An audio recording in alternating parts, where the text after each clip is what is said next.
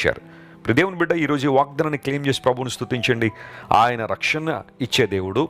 ఆయన పాలనలో నిర్భయముగా మనం నివసిస్తాము. ఆయనే మన నీతి అని పిలువబడ్డారు కనుక ఆయన నీతితో మనల్ని నింపడం ద్వారా నిత్య రాజ్యములో మనందరం కూడా ఉంటాము అనే నిరీక్షణ మనం కలిగి ఉన్నాం. God is on your side. దేవుడు నీ పక్షాన ఉన్నాడు. దేనికి కృంగిపోవద్దు. ఆయన వైపు చూడు. గొప్ప కార్యాలు నీ జీవితంలో జరుగుతాయి. ప్రార్థన చేసుకుందాం. ప్రేమగల తండ్రి, ఈరోజు మీరు మాకు ఇచ్చిన వాగ్దానాన్ని బట్టి నీకు స్తోత్రాలు. నీవు మాకిచ్చే ఆశీర్వాదాలు, దీవెనలు, ఆధ్యాత్మిక ఆధిక్యతలను బట్టి నీకు స్తోత్రాలు.